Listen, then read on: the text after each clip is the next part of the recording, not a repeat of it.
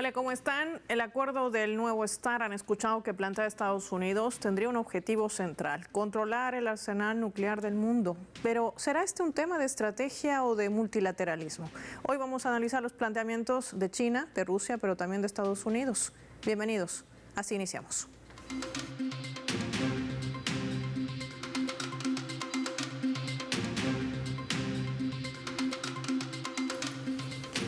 Por esta razón, les proponemos desplegar nuestro mapa y revisar algunos datos claves sobre este tratado nuclear entre Estados Unidos y Rusia que ha fenecido el pasado 5 de febrero.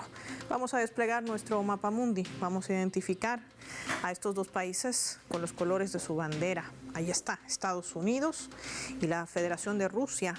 El 5 expira este tratado, conocido como el START 3, sí, ya feneció, que pone fin a un largo proceso de control de armas que comenzó en plena Guerra Fría en 1972.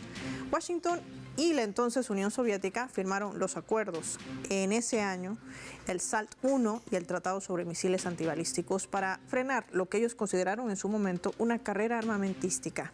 Este acuerdo bilateral entre Estados Unidos y Rusia fue firmado ese 8 de abril del año 2010. Por los entonces presidentes, por Estados Unidos Barack Obama y Dmitry Medvedev por Rusia. Hay que decir también que entró en vigor recién el 2011, un acuerdo que fue extendido por última vez en 2021 y su vigencia pues ya expirado, parece que de manera definitiva, en febrero de este año. Un acuerdo que establecía que, hablemos de ello, límites verificables para ambas naciones. Cada una podía desplegar un máximo de 700 portadores como misiles intercontinentales o submarinos y hasta 1.550 ojivas nucleares. También fijaba un tope, 800, el total de lanzadores tanto desplegados como en reserva. Este tratado daba continuidad a los acuerdos de la Guerra Fría que buscaban reducir los arsenales de armas potenciales, los cuales llegan a sumar más de 60.000 ojivas nucleares. Sumemos otros datos. Moscú, sin embargo, ha lamentado el fin del Tratado de Control de Armas con Estados Unidos y ha calificado esta situación como muy mala. Sin embargo, también decidió lanzar la responsabilidad hacia Estados Unidos. El 2023, el Kremlin suspendió el acuerdo tras acusar a Washington de usar la infraestructura de la OTAN en su contra, aunque afirma que el respeto a los límites establecidos también están en duda, mientras que la Casa Blanca propone negociar un nuevo acuerdo de control de armas que aseguran deberá incluir a China y ha calificado como un mal acuerdo para el país y acusa a Rusia de violarlo gradualmente. Esto en medio de una narrativa, por supuesto, que mantiene Occidente por el despliegue de la operación militar especial que tiene Rusia sobre Ucrania. Este nuevo START, ¿qué alcances tiene? ¿Por qué se habla de incluir a China? ¿Qué rol está en medio también de las negociaciones con Irán? ¿Tiene esto relación o no? De esto y más vamos a hablar con nuestros invitados.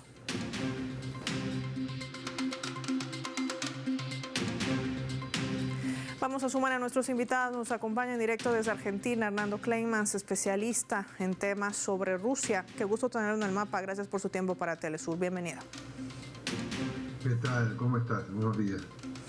Gracias. Vamos también a sumar desde la Argentina a Jorge Kreiners, periodista y analista especialista en política internacional. Jorge, qué placer tenerte en el mapa de Telesur. Bienvenido. Un gusto para mí, Paola. Buenas tardes. Vamos a iniciar con este análisis. Empecemos por Hernando. ¿Qué representa la postura de Estados Unidos de hablar de un nuevo acuerdo START? Es decir, nuevas reglas, nuevos topes y sobre todo si esto tiene que ver con una estrategia multilateral, como ha dicho su secretario de Estado Marco Rubio. ¿Qué representa este paso y por qué incluir a China? Bueno, en principio se trata de nivelar algunos desniveles estratégicos que tiene Estados Unidos en materia de armamento nuclear. Estados Unidos se ha retrasado mucho en esta materia y por lo tanto la salida del START implica obtener la libertad de acción para poder avanzar en el rearme nuclear. El pretexto es que en el viejo START solamente intervenían Rusia y Estados Unidos y menciona para hacer un nuevo acuerdo a China. Ahora, como dice el canciller ruso Lavrov, hoy potencias nucleares son también Gran Bretaña, Francia y alguna que otra que está Pakistán, y alguna que otra que está escondida por ahí. Entonces, requerir que un nuevo acuerdo tenga solamente la inclusión de China significa dejar liberada la posibilidad de que Francia e Inglaterra, Francia e Inglaterra, bien digo, no quería decir Alemania porque Alemania teóricamente no tiene el armamento atómico, puedan desarrollar independientemente su arsenal nuclear. Recordamos que Inglaterra y Francia forman parte, junto con Estados Unidos, de la OTAN. Si a esto le agregamos que hoy se ha probado con éxito un misil hipersónico europeo, bueno, entonces la latente amenaza europea en el campo nuclear es evidente. Entonces, o planteamos todo el acuerdo para que ingresen todos los miembros, o hacemos como pide Rusia, que mientras esto se discute, se prolongue por un año el viejo acuerdo SALT. Cosa que ya no puede ser porque está absolutamente sobrepasado el plazo de vigencia de este acuerdo. Así que yo creo que estamos ante una situación bastante compleja, porque no hay en este momento ninguna valla, ningún obstáculo para que cualquier país desarrolle un armamento nuclear ofensivo. Quiere decir, todo armamento nuclear es ofensivo, pero en este caso estamos hablando de armamento nuclear de largo alcance. Hoy por hoy las condiciones mundiales, digamos, para desarrollar estos armamentos están al alcance de muchos países, no solamente de Estados Unidos y de Rusia. Cuando el acuerdo SALT se firmó en 1972, hace 50 años, más de 50 años, las condiciones en el mundo eran distintas.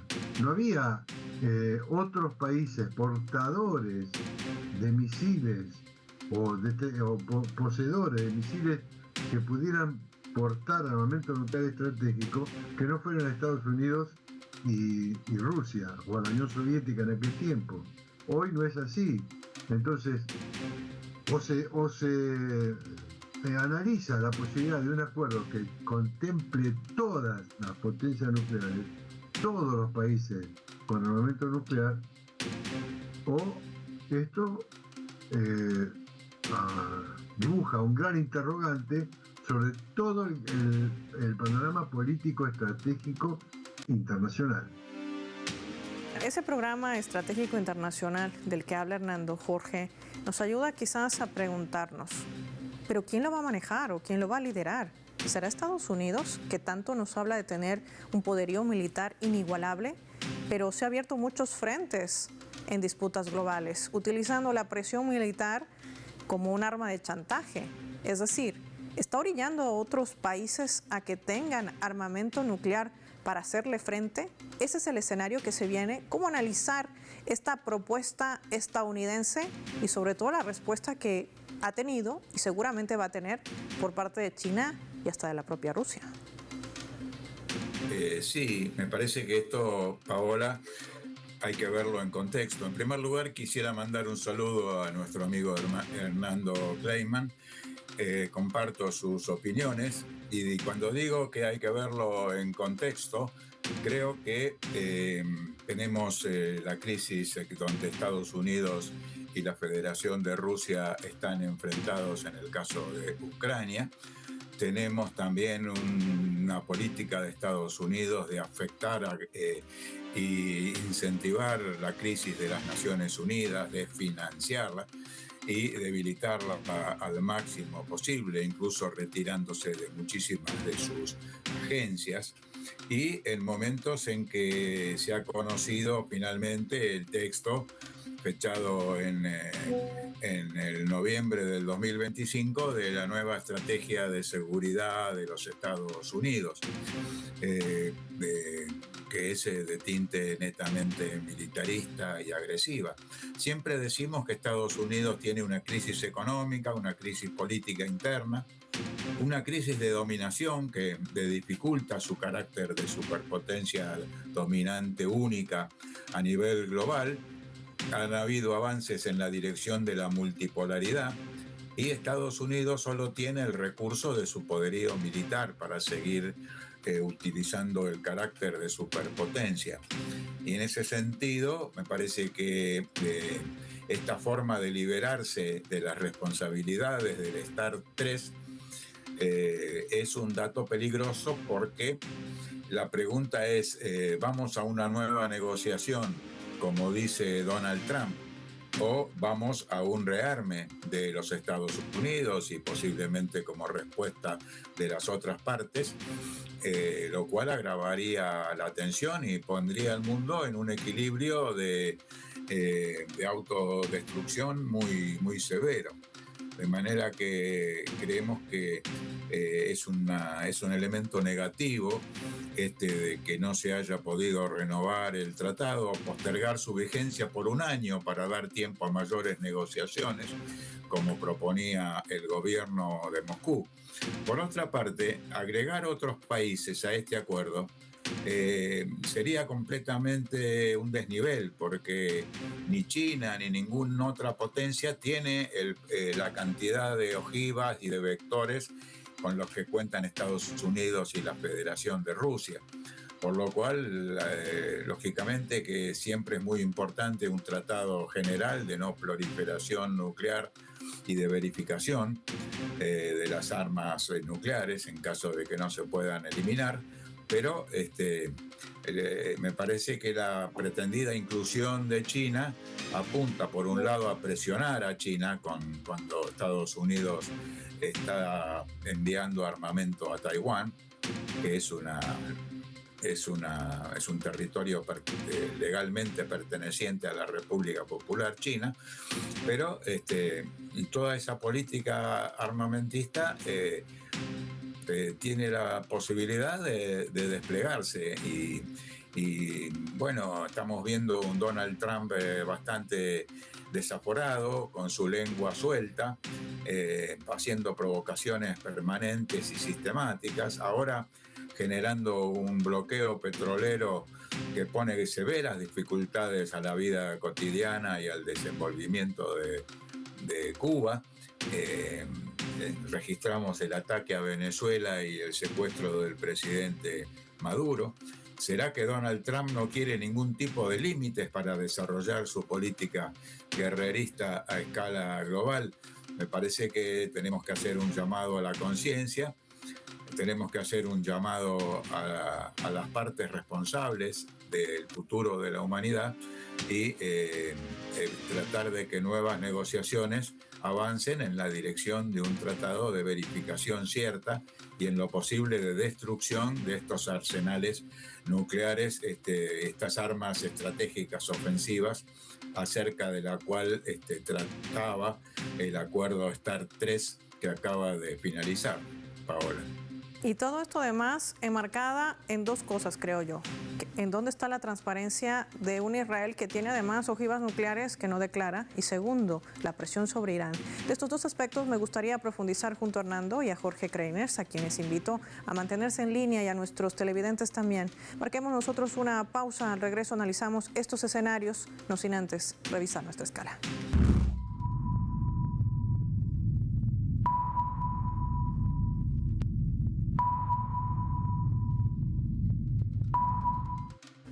En la escala del mapa de Telesur vamos a compartir esta caricatura. Es del artista Adán, titulada Acuerdo Nuclear.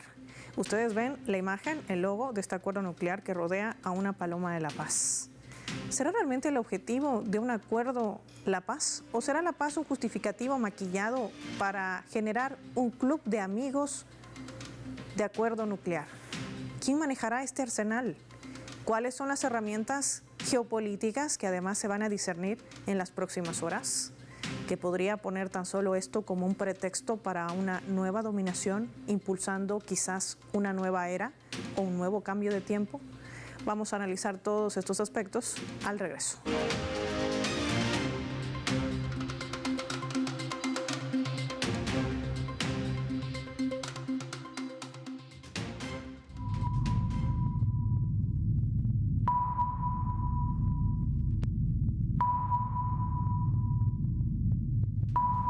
Vamos a sumar otro elemento también para el análisis a través de la fotografía. En la imagen vemos a Tomás Dinano, subsecretario de Estados Unidos para Asuntos de Desarme en la ONU en Ginebra. Desde allí acusó a China de haber hecho detonaciones nucleares secretas, dijo, como la del 22 de junio del año 2020. Y por el otro lado, al primer ministro de Israel, Benjamin Netanyahu.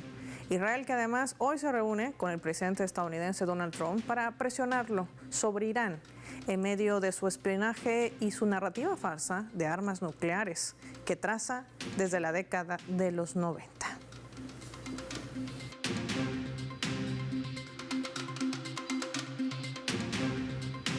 Hernando, esto resulta también interesante. ¿Cómo funcionan las narrativas falsas? ¿Es una estrategia, entrecomillado, de dominación que ejercen sobre países que se convierten realmente en el objetivo de Occidente o de Estados Unidos o del sionismo? Esa es mi pregunta. China, Irán. ¿Cómo entenderlo? Claro, en principio es un poco lo que decía Goebbels. Miente, miente, miente que algo va a quedar. No hay variantes, es la vieja práctica, aún con nuevos instrumentos dados inclusive por la inteligencia artificial, cuando uno se encuentra en dificultades para discernir si es cierto o no es cierto, porque la inteligencia artificial da esa posibilidad. Entonces, la verdad es que quien está amenazando realmente en este panorama internacional es Trump, que acaba de decir que no ve lejano la posibilidad de una acción muy severa contra Irán. Es realmente notable porque se acaba de cumplir un nuevo round de negociaciones entre Irán y Estados Unidos en Omán, sobre el tema nuclear iraní. Y la verdad es que si estás en una negociación y estás tratando de desarrollar una salida, digamos, pacífica, suena muy a contramano que hagas una declaración diciendo los voy a bombardear y los voy a hacer con polvo. Esto es realmente notable y evidencia quién es el agresor, quién es el que intenta agredir. Porque una vez más, repito, Estados Unidos hoy por hoy, en la situación internacional y en su propia situación interna, tiene capacidades bastante limitadas. No está en condiciones de ser el Estados Unidos de hace, digamos, 20 años atrás, que podía bombardear Yugoslavia escudándose en Naciones Unidas, o asesinar a Gaddafi escudándose en resoluciones de la Unión Europea o lo que fuere, sin que, de una manera impune. Esto hoy ya no es así, ya no es así. Entonces, la posibilidad de que intenten violar, digamos, la realidad internacional a través de noticias falsas o acusaciones falsas, es algo que tenemos que tener muy en cuenta porque esto se da constantemente. Por otra parte, la realidad es terca, la realidad es muy dura y no admite falsedades. Y la realidad es que no son los otros países los que están agrediendo o amenazando con agredir.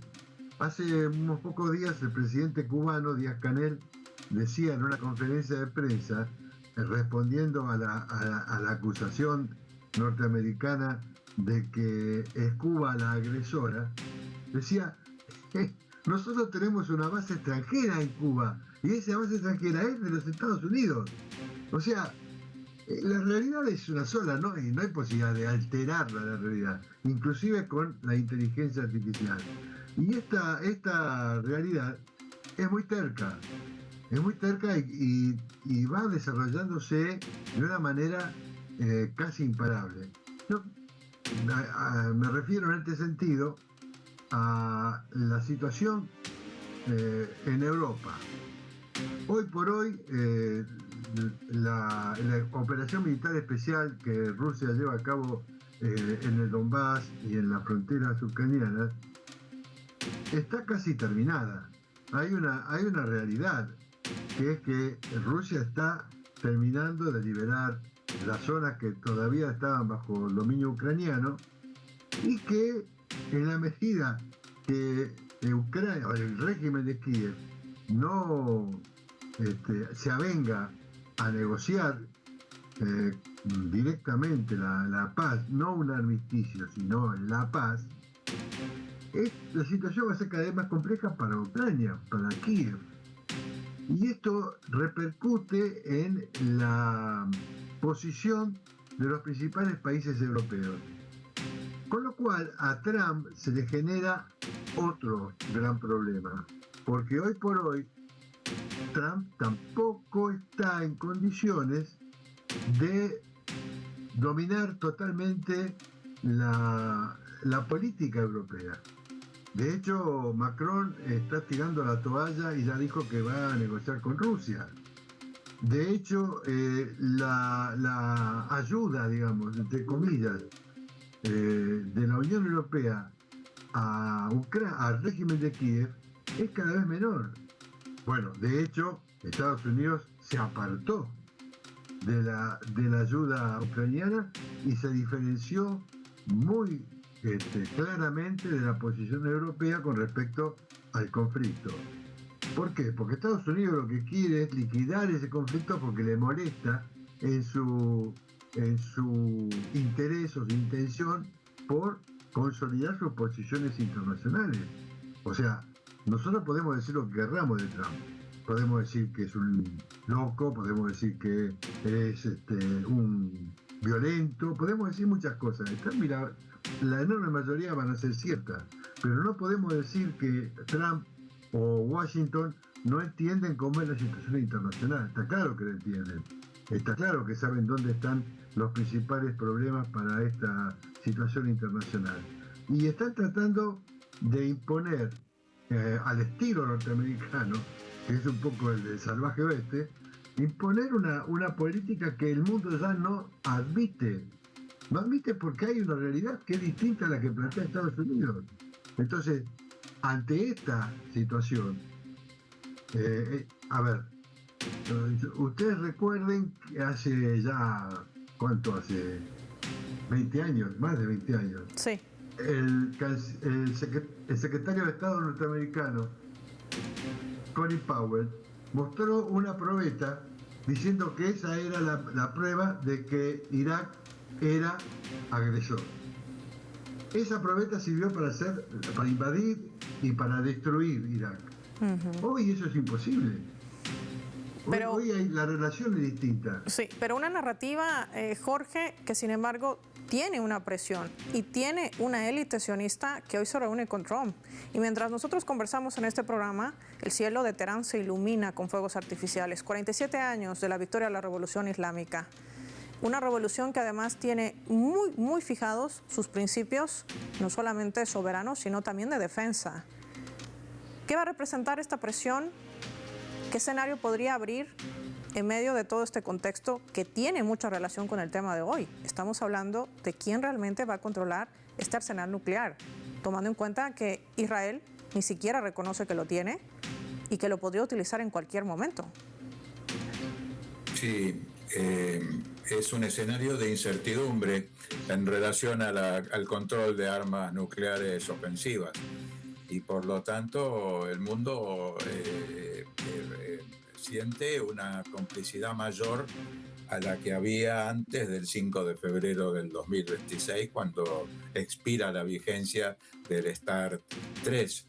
De manera que toda situación que tienda a desestabilizar la situación global, el caso de Irán y la disputa particularmente en el Asia Occidental entre Israel y la República Islámica de Irán, el rol de la Organización Internacional de Energía Atómica, que preside el argentino Grossi, que merece también observarlo críticamente, porque se ha inclinado para el lado occidental siempre, y entonces toda esta serie de situaciones puntuales son un contexto que gira en torno de esta finalización de la vigencia del START 3.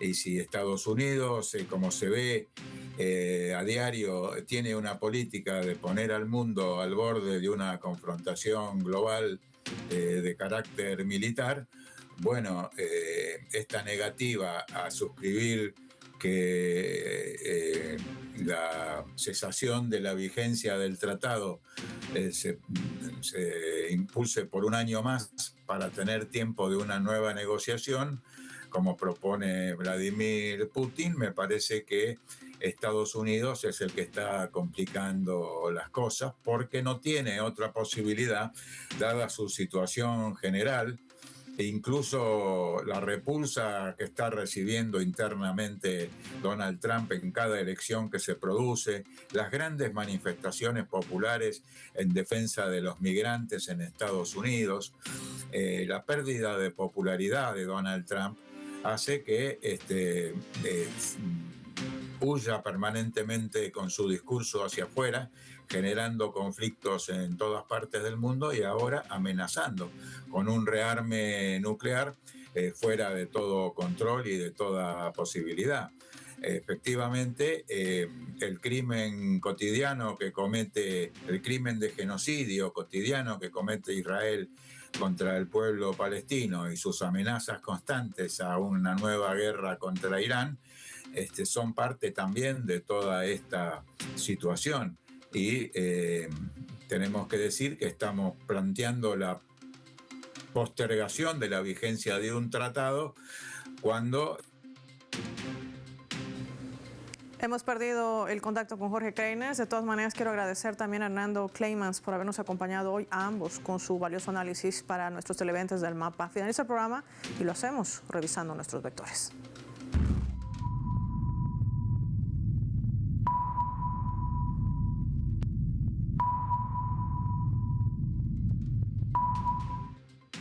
Nuestro radar en el mapa hoy nos refleja las tres claves sobre este tema. Mundo, el nuevo START, apunta a China y también a Rusia. Hablemos del nuevo START. El plan de Trump se centra en su objetivo geopolítico de controlar el arsenal nuclear mundial. Sabe que por mucho que hable del poderío militar, no puede competir con otras potencias que sí adquieran estas armas nucleares, menos en los frentes que se ha abierto en medio de las disputas globales. Esto podría generar un escenario absolutamente peligroso para el planeta.